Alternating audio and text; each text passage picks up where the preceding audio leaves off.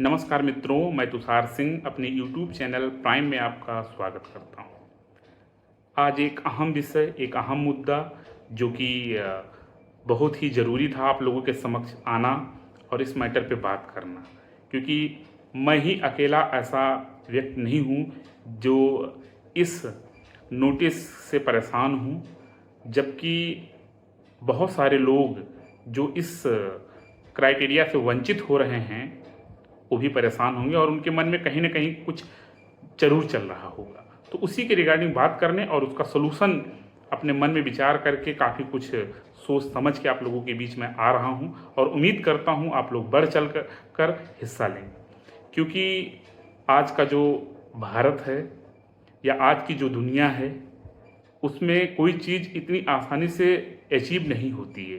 कहने का तात्पर्य है आपको लड़ना होगा, आपको अपने हक के लिए।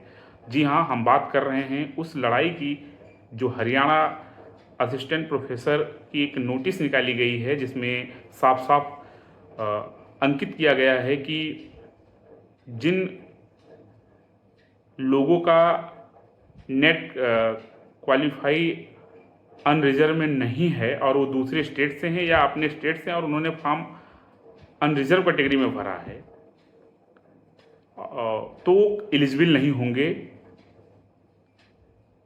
इस एग्जामिनेशन के लिए, यानी असिस्टेंट प्रोफेसर बनने के लिए हरियाणा स्टेट में।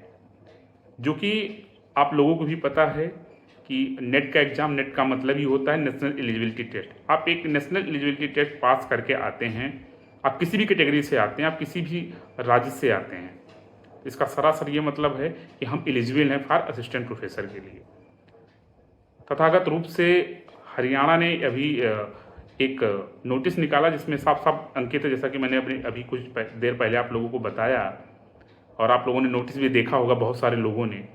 तो हम पूरी तरीके से विचार कर चुके हैं, प्लान कर चुके हैं कि कोर्ट में जाएंगे और इस नोटिस के अगेंस्ट लड़ाई लड़ेंगे और लड़ना भी चाहिए, क्योंकि एक बहुत ही सुनहरा मौका है, क्योंकि अपॉर्चुनिटी बहुत कम मिल रही है आज के समय में। तो मैं चाहता हूं कि आप लोग बढ़ चढ़कर हमारे इस व्हाट्सएप ग्रुप को ज्वाइन करिए और हमें भी सपोर्ट करिए। हमारे साथ जितने लोग इस लड़ाई में आगे आए हैं उनका भी आप स्वागत करिए और उनका साथ दीजिए।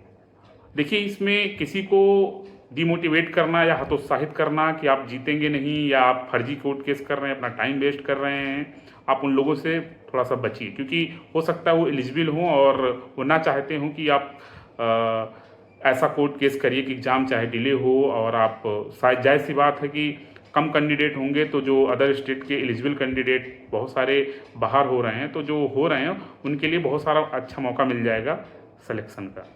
तो आप बात समझ रहे होंगे, अच्छे से फील भी कर रहे होंगे। तो जबकि ये रूल सरासर गलत है। आप एक नेशनल एलिजिबिलिटी टेस्ट पास करके आते हैं किसी भी कैटेगरी में, तो अगर ऐसा रूल बनाते हैं तो आप नेट का एग्ज़ाम क्यों लेते हैं? आप सेट का एग्ज़ाम लीजिए, आप स्टेट लेवल के एग्ज़ाम में ही से सिलेक्शन करवाइए, नेट की वैलिडिटी ख़त्म कर दीजिए कि आपको बस सेंट्रल की ही जॉब में आपकी नेट की वैलिडिटी होगी, आप अदर स्टेट में आते हैं तो आपको नहीं माना जाएगा। फ़ायदा क्या हुआ नेट की तैयारी करने का इतने दिनों से? तो अगर आप आज नहीं लड़ेंगे तो हो सकता है कल आप अपने प्रदेश में भी वंचित हो जाएं, ऐसा हो सकता है। तो इसलिए इस लड़ाई को आगे रखना है। इस वीडियो को आप लोग ज़्यादा से ज़्यादा लोगों तक शेयर करिए जो अदर स्टेट के हैं और जो हरियाणा के भी अनरिजर्व कैंडिडेट हैं और इस नोटिस से वो एग्ज़ाम में अपीयर होने से या आफ्टर एग्जामिनेशन डॉक्यूमेंट वेरिफिकेशन से वंचित हो जाएंगे, उन्हें डर है। तो आप लोग भी जुड़िए और बढ़ चढ़ कर हिस्सा लीजिए। मैं जल्द से जल्द कोशिश करूँगा कि 15 जुलाई तक कोर्ट केस कर दिया जाए। मैंने बहुत सारे लोगों से बात भी किया है, वकीलों से भी राय मशविरा लिया है, जिनका रिस्पांस 100% पॉजिटिव है और होना भी चाहिए। आप भी पढ़े लिखे लोग हैं, आप समझते हैं कि इस नोटिस का कोई ज़्यादा मतलब है नहीं। अगर इस टाइप की नोटिस निकलती है तो एडवर्टीजमेंट के पहले निकाल देना चाहिए था, स्पष्ट कर देना चाहिए था कि आप फॉर्म भरने के लिए एलिजिबल नहीं हैं। जिस टाइप से अभी उन्होंने स्पष्ट रूप से मेंशन किया हुआ है अनरिजर्व कैटेगरी के लिए, तो आप उसी समय कर देते। आप आफ्टर फॉर्म फिलअप करने के बाद ये सारी चीज़ें कर रहे हैं जो कि उचित नहीं है।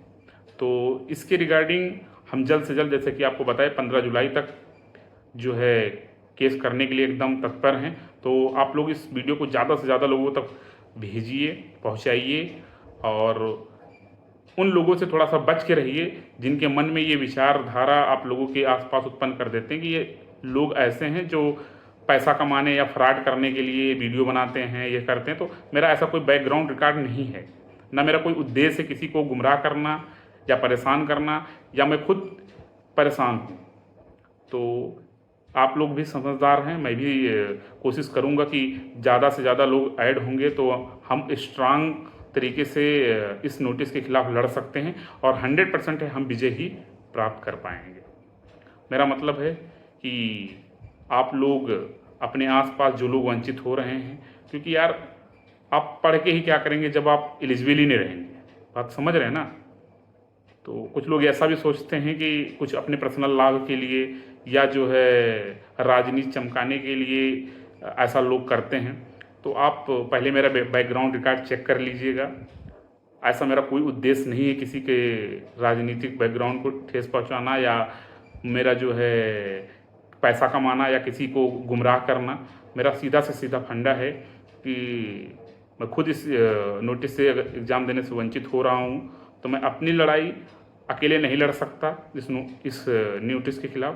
तो मुझे एक कम्युनिटी चाहिए, एक बहुत सारे लोग चाहिए जो इस नोटिस के खिलाफ लड़ें, क्योंकि एकता में बल होता है और युद्ध ही अंतिम विजय है, आप जैसा कि जानते हैं। तो मैं कोशिश करूँगा आप लोग बहुत ज़्यादा से ज़्यादा लोग हमारा साथ देंगे। और अगर इस वीडियो को देखकर किसी के मन में उत्सुकता जगती है कि वो भी अपना जो है नाम देना चाहता है कोर्ट केस में, तो हमारा व्हाट्सएप ग्रुप जो कि हम डिस्क्रिप्शन में लिंक प्रोवाइड कर रहे हैं, आप लोग ज्वाइन करिए और अपना नाम दीजिए, हम आपको भी शामिल करेंगे, आपको भी रखेंगे, आपको व्हाट्सएप ग्रुप के माध्यम से सारी update day to day provide कराएंगे। तो आज के लिए इतना ही। अगली वीडियो जो भी हमें इन्फॉर्मेशन देना होगा यूट्यूब के माध्यम से, नहीं तो हम अपने व्हाट्सएप ग्रुप पे हमेशा आपको अपडेट देंगे। जबकि हम आप लोगों को बता दें मेरा व्हाट्सएप ग्रुप बन चुका है, उस पर अभी बहुत सारे लोग जुड़ना शुरू कर दिए हैं। तो आप देर मत करिए क्योंकि समय कम है और लड़ाई लंबी है। तो जल्द से जल्द आप लोग ज्वाइन करिए और अपने मित्रों को ज्वाइन कराइए और गुमराह करने वाले लोगों से आप बचिए और पढ़ाई करिए और दूसरों को पढ़ने का मौका दीजिए। जय हिंद, जय भारत।